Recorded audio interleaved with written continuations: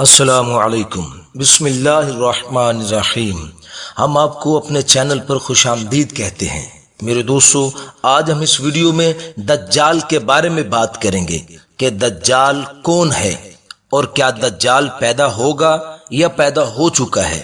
اگر پیدا ہو چکا ہے تو وہ اس وقت کہاں پر ہے اور دجال کب آئے گا، اس کے بارے میں قرآن اور حدیث کیا کہتی ہے، اور دنیا کا علم رکھنے والے محقق اس کے بارے میں کیا کہتے ہیں۔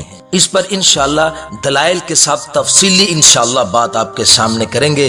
میرے دوستو، اگر آپ ہمارے چینل پر نئے ہیں تو ہمارے چینل کو سبسکرائب کر دیں اور بیل نوٹیفیکیشن پر کلک کر دیں تاکہ ہر آنے والی نئی معلوماتی ویڈیو بر وقت آپ کو مل سکے۔ میرے دوستو، حضور صلی اللہ علیہ وسلم نے فرمایا کہ جب سے دنیا بنی ہے اس وقت سے لے کر اور دنیا کے ختم ہونے تک دجال سے بڑا فتنہ کوئی نہیں ہے۔ تمام نبی اپنی اپنی امت کو دجال کے فتنے سے ڈراتے رہے ہیں۔ حضور صلی اللہ علیہ وسلم نے فرمایا، دجال سب سے پہلے نبوت کا دعویٰ کرے گا۔ تم یاد رکھنا، میرے بعد کوئی نبی نہیں آئے گا۔ پھر وہ اس سے بھی بڑھے گا اور کہے گا کہ میں خدا ہوں، اور دجال کانا ہوگا لیکن تمہارا رب کانا نہیں ہے۔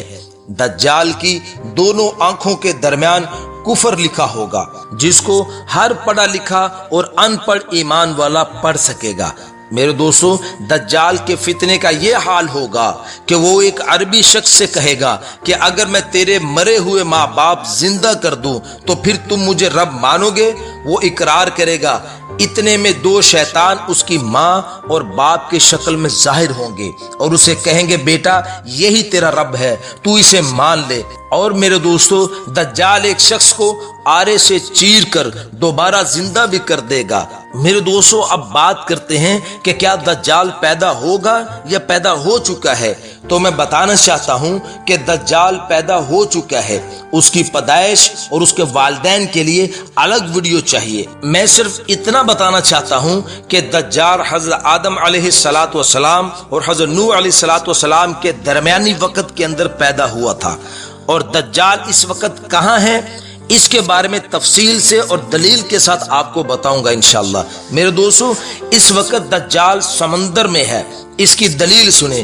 ایک حدیث میں ہے، حضرت تمیم داری رضی اللہ تعالیٰ عنہ نے بیان کیا ہے، وہ فرماتے ہیں کہ میں سمندر میں جا رہا تھا اور میرے ساتھ لخم اور جزام قبیلہ کے 30 آدمی بھی ساتھ تھے۔ ہم لوگ بحری جہاز میں سفر کر رہے تھے تو ایک دم سمندر میں طوفان آیا اور سمندری لہریں 1 مہینہ تک ہمیں ادھر ادھر دھکیلتی رہیں، یہاں تک کہ ہم ایک جزیرہ میں پہنچ گئے۔ اس وقت سورج غروب ہو رہا تھا۔ ہم ایک چھوٹی کشتی میں بیٹھ کر جزیرے میں داخل ہوئے۔ جب ہم جزیرے میں داخل ہوئے تو ہمیں ایک جانور ملا جس کے جسم پر بہت سے بال تھے۔ بالوں کی کثرت کی وجہ سے ہمیں اس کے آگے پیچھے کا پتہ نہیں چل رہا تھا۔ ہم نے کہا، تیرا ناس ہو، تو کیا چیز ہے؟ اس بالوں والے جانور نے کہا، میں جساسہ ہوں۔ ہم نے پوچھا، جساسہ کیا چیز ہے؟ اس نے کہا، تم اس گھر میں اس آدمی کے پاس جاؤ، وہ تمہاری خبریں سننے کا بڑی بے صبری سے انتظار کر رہا ہے۔ پھر ہم تیزی سے چلے اور گھر میں داخل ہوئے۔ وہاں گھر میں ہم نے بھاری بھر قد کاٹ کا ایک آدمی دیکھا جس کے گھٹنوں سے ٹخنوں تک لوہے کی ایک زنجیر بندھی ہوئی تھی اور اس کے ہاتھ گردن کے ساتھ بندھے ہوئے تھے۔ ہم نے پوچھا، تیرا ناس ہو، تو کیا چیز ہے؟ اس نے کہا، میرا پتہ تمہیں جلد چل جائے گا۔ اور وہ پوچھنے لگا کہ تم کون ہو؟ ہم نے کہا، ہم عرب سے ہیں۔ پھر ہم نے سارے سفر اور طوفان اور جساسہ کے بارے میں بتایا کہ اس نے ہمیں تیری طرف آنے کا کہا ہے۔ تو میرے دوستو، اس بندھے ہوئے شخص نے کہا، مجھے بتاؤ کہ بہسان کے نخلستان یعنی باغ کے بارے میں بتاؤ۔ ہم نے کہا، اس کے بارے میں کون سی چیز پوچھنا چاہتے ہو؟ اس نے کہا، میں جاننا چاہتا ہوں کہ اس باغ کے درختوں پر پھل آتے ہیں یا نہیں آتے۔ ہم نے کہا، پھل آتے ہیں۔ میرے دوستو، جب اس باغ کے پھل لگنے بند ہو جائیں گے تو وہ وقت دجال کے آنے کا ہوگا۔ اس وقت میرے دوستو، اس باغ کے پھل لگنے ختم ہو چکے ہیں۔ پھر میرے دوستو، اس نے کہا، مجھے تبریہ کی جھیل کے بارے میں بتاؤ۔ ہم نے پوچھا، اس کے بارے میں کیا پوچھنا چاہتے ہو؟ اس نے کہا، اس میں پانی موجود ہے ہم نے کہا اس میں بہت پانی ہے۔ وہ بولا اس کا پانی بہت جلد ختم ہو جائے گا۔ میرے دوستو اس کا پانی بھی ختم ہو رہا ہے۔ پھر اس نے کہا مجھے زغر کے چشمے کے بارے میں بتاؤ۔ ہم نے کہا اس کے بارے میں کون سی بات پوچھنا چاہتے ہو؟ اس نے کہا کیا اس میں پانی ہے؟ لوگ اس کو استعمال کرتے ہیں؟ ہم نے کہا ہاں اس میں بہت پانی ہے اور لوگ اسے کھیتوں کو سیراب کرتے ہیں۔ زغر میرے دوستو حضرت لوط علیہ السلام کی بیٹی کا نام تھا۔ حضرت لوط علیہ السلام کی بیٹی کا انتقال ہوا تو اس کو اس چشمہ کے قریب ہی دفن کیا گیا، جس کی وجہ سے اس چشمہ کا زغر نام رکھ دیا گیا۔ میرے دوستو اس چشمہ کا پانی بھی خشک ہو رہا ہے۔ پھر اس نے کہا مجھے محمد صلی اللہ علیہ وسلم کے بارے میں بتاؤ۔ ہم نے کہا کہ وہ مکہ سے نکل کر یثرب یعنی مدینہ آ گئے ہیں۔ اس نے پوچھا کیا عربوں نے اس کے ساتھ جنگ کی؟ ہم نے کہا ہاں۔ اس نے پوچھا اس وقت محمد صلی اللہ علیہ وسلم کس حال میں ہے؟ ہم نے کہا کہ وہ ارد گرد کے عربوں پر غالب آ گئے ہیں اور انہوں نے ان کی اطاعت کر لی ہے۔ اس پر اس نے کہا کیا واقعی ایسا ہو چکا ہے؟ ہم نے کہا ہاں۔ پھر اس نے کہا ان کے لیے یہی بہتر ہے کہ وہ اس کی اطاعت قبول کر لیں۔ اب میں تم کو اپنے بارے میں بتاتا ہوں، میں دجال ہوں، مجھے عن قریب خروج کی اجازت مل جائے گی۔ میرے دوستو یہ بھی ایک دلیل ہے کہ دجال سمندر میں ہے۔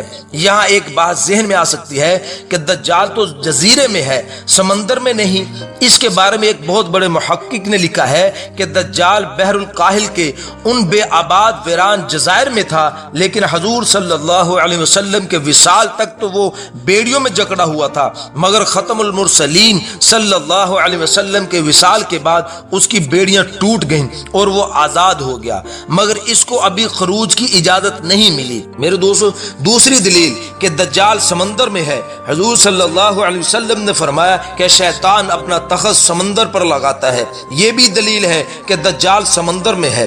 ایک اور دلیل دجال کے سمندر میں ہونے کی، حضور صلی اللہ علیہ وسلم نے فرمایا کہ دجال نہ تو شام کے سمندر میں ہے اور نہ ہی یمن کے سمندر میں ہے، بلکہ وہ مشرق میں ہے، اور حضور صلی اللہ علیہ وسلم نے مشرق کی طرف ہاتھ سے اشارہ فرمایا۔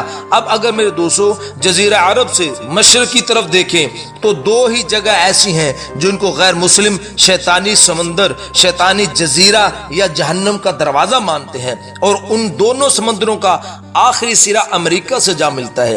اس حدیث میں بھی حضور صلی اللہ علیہ وسلم نے سمندر کا ذکر فرمایا ہے، تو یہ بھی اس طرف اشارہ ہے کہ دجال سمندر میں ہے۔ اب یہاں ایک بات اور ذہن میں آتی ہے کہ اگر دجال سمندر میں ہے تو پھر وہ سمندر کس جگہ پر ہے؟ میرے دوستو 1945 میں 5 جہاز فلوریڈا سے اڑے اور وہ سمندر کے اوپر ایسے حصے پر پہنچے، وہاں جا کر 5 ہی جہاز گم ہو گئے۔ میرے دوستو وہ سمندر کی اس جگہ پر پہنچے جس کو برمودا ٹرائی اینگل کہتے ہیں۔ 1945 میں یہ جگہ منظر عام پر آئی، پھر یہاں پر کئی بحری جہاز اور ہوائی جہاز گم ہونے لگے، اور اس برمودا ٹرائی اینگل میں ایسے جہاز بھی دیکھے گئے جو کئی سال پہلے غائب ہوئے تھے۔ اس جگہ پر کوئی دنیاوی طاقت کا اثر نہیں ہوتا، اس کے اندر ایسی مقناطیسی قوت اور برقی لہریں ہیں جو بڑے بڑے جہازوں کو توڑ موڑ کر رکھ دیتی ہیں۔ اس برمودا ٹرائی اینگل کے اندر پائی جانے والی طاقت اور حدیث میں جو دجال کو ملنے والی طاقت کا آیا ہے، اگر ان دونوں باتوں کو ملائیں تو پتہ چلتا ہے یہی وہ جگہ ہے جہاں دجال رہتا ہے۔ میرے دوستو یہ وہ باتیں ہیں جو علماء کرام اور محقق لوگوں نے اپنے علم سے ہم تک پہنچائی ہیں، لیکن میرے دوستو یہ ساری باتیں اللہ نے پوشیدہ رکھی ہیں، ان باتوں کا صحیح علم صرف اللہ ہی کو ہے۔ امید ہے میرے دوستو آج کی ہماری ویڈیو آپ کو بہت پسند آئی ہوگی۔ ہماری ویڈیو کو زیادہ سے زیادہ شیئر کریں، اور مزید ہماری ایسی ویڈیوز کے لیے آپ ہمارے چینل کو سبسکرائب کر دیں اور بیل نوٹیفیکیشن پر کلک کر دیں، تاکہ ہر آنے والے نئی ویڈیو کا نوٹیفیکیشن بر وقت میرے دوستوں آپ کو مل سکے۔ تو اپنا بہت سا خیال رکھیے گا، دعاؤں میں یاد رکھیے گا۔ ملتے ہیں انشاءاللہ اگلی ویڈیو میں۔ السلام علیکم ورحمۃ اللہ وبرکاتہ۔